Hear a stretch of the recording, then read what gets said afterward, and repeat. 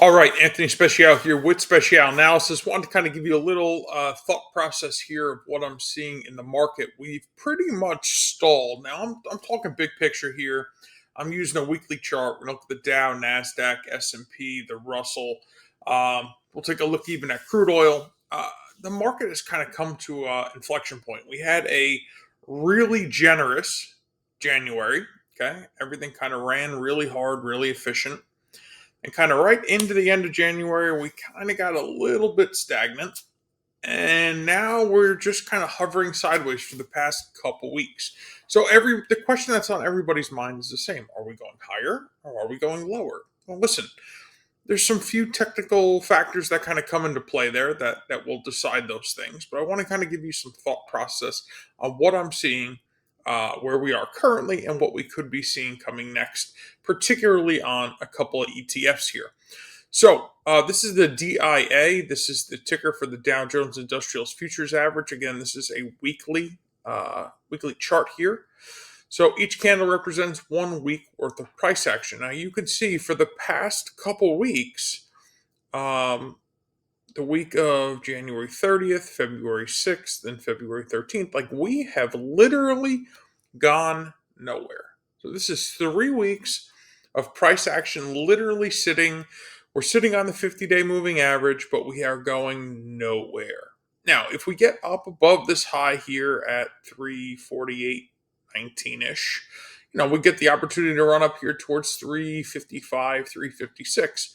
But should we fall through the 50-day, we could then test the 200-day, and the 200-day is down here at 323-ish. So it's a crapshoot from where we are to what's coming next. As long as we keep finding support at the 50, that allows us to go higher. But should we start to close below the 50, that's what's going to allow us to now go lower. Taking a look at the QQQ, which is the ticker for the NASDAQ, you can see we had this big pop up here, basically tested this price zone overhead. And then last week and this week, we have gone nowhere. So from the closing of 2 weeks ago, we've basically just drifted slightly lower on the NASDAQ, but fairly stagnant. I mean, we're above the 200-day, but, not by a far shot here. A little overbought here on the stochastic reading. Doesn't mean we can't go higher. Relative strength, pretty flat here for the past couple weeks. Market breadth is starting to rise. So, I mean, we could continue higher, but, we're going to run right into this area here. We really need the NASDAQ to get up over 335 to start seeing the opportunity for it to really rise on us. So, it'll be interesting to see. Should we fall from here? I mean, we have the 200 and the 50 and this little channel support. So, I mean, I would think that we would contain selling down to like 280. I don't think that would be unreasonable to expect to the downside. Now, the SPY, the ticker for the S&P 500, again, 2 weeks here, like perfectly sideways. We've gone nowhere. I mean, literally within fractions of a percent. Between the 2 weeks, we've just done nothing. Now we tested this overhead area here, and we failed to kind of trade through it. Supported here by the 50 and 200, which are literally right on top of one another. And this is the little area what we're playing in. I mean, are we going to come below these moving averages and extend back down? Or are we going to hold here and go back, go higher, get through this resistance that we haven't been able to come the past couple weeks? And we're going to find out. But if you feel like, hey, you're looking at the market and the market is stagnant, well, that's because it is. I mean, at least it is on the past couple weeks. The reason I shoot this video right now is because I know that this is when traders get most frustrated. When the market's moving, they're excited. When the market's not moving, they have a hard time battling the emotions of, should I be in the market? Should I be out of the market? Should I be buying? Should I be selling? What should I be doing? And, I know that traders struggle the most when the market's not cooperating. Listen, it's not your fault. The market is not always going to cooperate. I mean, I teach my students who I get together with every single day. I'm like, listen, some days you're going to feel like a rock star. And other days, it's going to be like pissing in the wind. It's just not there. When the opportunity is not there, you have to identify it's not there, and you have to just stay out of harm's way. When the opportunity is there and you can take away every reason that you could possibly find to, try to not be in the market, that's when you get in. That's when you buy. That's when you sell. That's when you act upon, your knowledge. So Russell 2000, big pop up here, tested this resistance area, which we identified a few weeks ago, came back down, basically sideways here. We're above the 50 and the 200 day, but we're contained by, overhead resistance here. We're certainly not we have not pushed above that $200 mark on the IWM, which is for the Russell 2000. So again, a couple weeks here of indecision. Do we fall back down, find support at the moving averages? Do we get a push higher? I mean, there's plenty of resistance structures overhead here. So, it's a matter of we need to kind of wait for one or the other to come into play so that we can make educated decisions. The one last thing I'm going to touch on briefly, it's only because I spend a lot of time in this particular sector, and that's oil. I won't dive too deeply into specifics, but this is the USO, which is the ticker, the ETF ticker that tracks the United States Oil Fund. Basically what the fund does, like the SPY, like the QQQ, like the DIA, the IWM, they buy a bunch of futures contracts, they manage them, and then they sell them, and then do it again and again and again, and that's ultimately what derives the price. So if you look at energy here, I mean, the USO has hovered between the 75 and 65 mark since September of last year. Okay. So we're talking about nearly 6 months.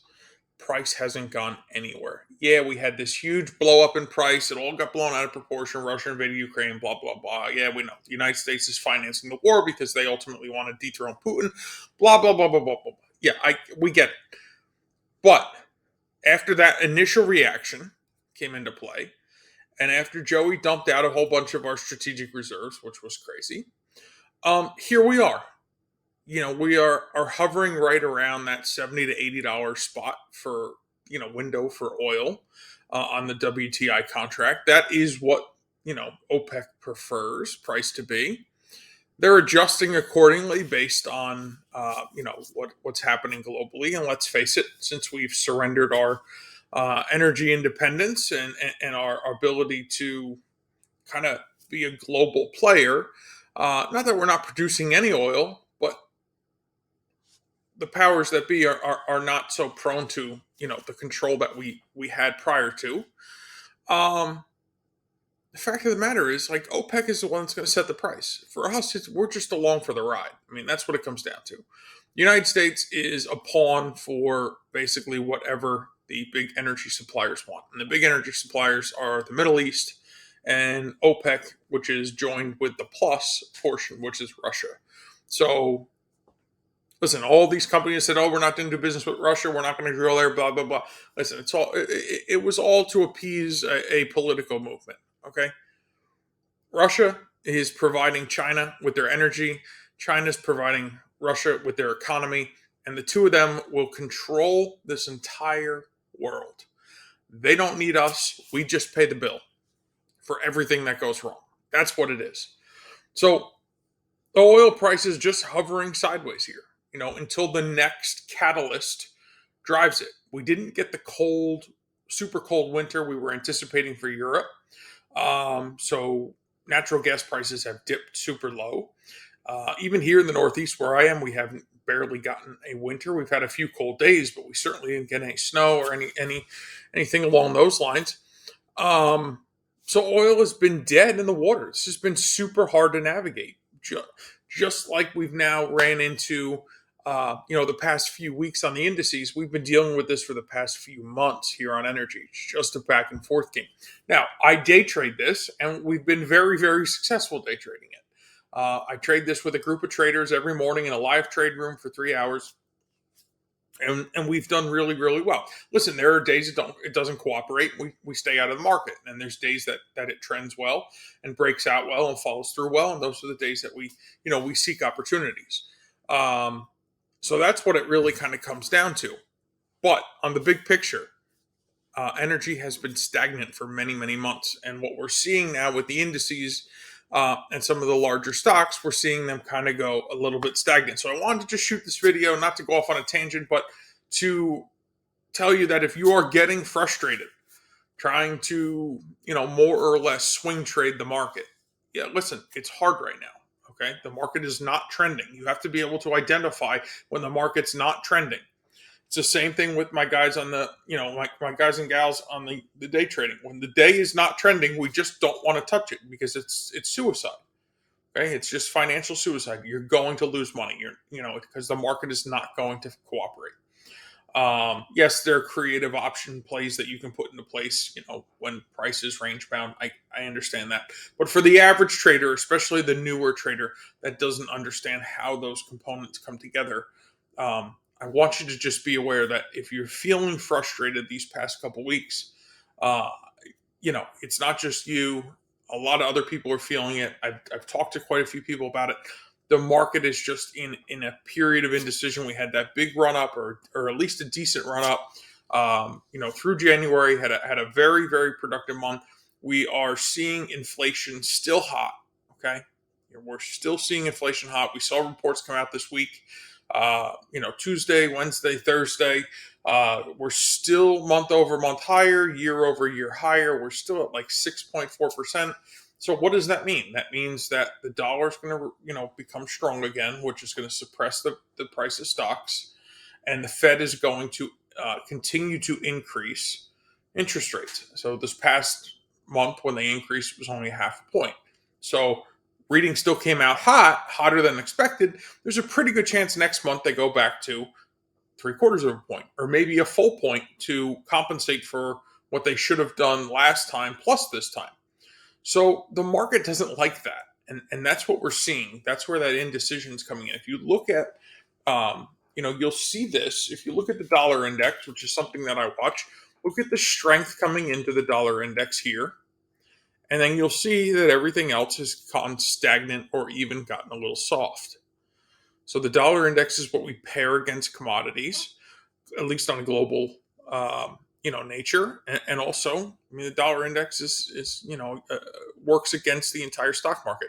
Stock market went down as this went higher, and guess what happened? As the dollar went down, the stock market went higher. It's just they trade inverse of each other, pretty much, at least on the big picture. So, just a couple key factors going on. I think it's important to mention. If you want to talk about how your trading's going, if you want to discuss some of the programs and services I offer, when you work with me personally. It's not a company. It's not a program. It's not you get thrown into the mix. It's not, there's no customer service or client retention team or any of that. Like, it's me. I keep my program small for that reason, because I have no desire to run a commercialized program. I want to have personal attention with my students within my programs. I want to answer their questions. I want to work with them. If they're struggling with something, I want to help them overcome their struggle so that we can see them advance. Listen, if you see my emails, you see that I have students all the time that are having success. They're taking trades. They're making money. They're watching the process happen. Some are learning. Some are just trying to level up their game. And with that, there's real results. And real results is what equates to real money. So if you want to learn more about some of those things that I do, below this video, there'll be a whole bunch of links. You can click on a few of them, kind of get a feel for what it is. But my email is down there too. If you want to chat, I encourage you to reach out. We'll have a conversation. There's no harm in that. I do it all the time. So just be patient here with this market as we see it kind of, stumbling a little sideways here. We'll see if we get another move higher in the next coming week or two, or if we get a little pullback. We had, again, a healthy run up through January. Let's see if we just hesitate here and go higher, or if we have a little pullback and then potentially go higher, or if we reverse from here. Ultimately, as a trader, your job is to identify those things so that you can then put that into actionable money making purposes and things of that nature. So with that, I'll let you go. I appreciate you watching the video. Appreciate the opportunity to hopefully get a chance to work with you one-on-one.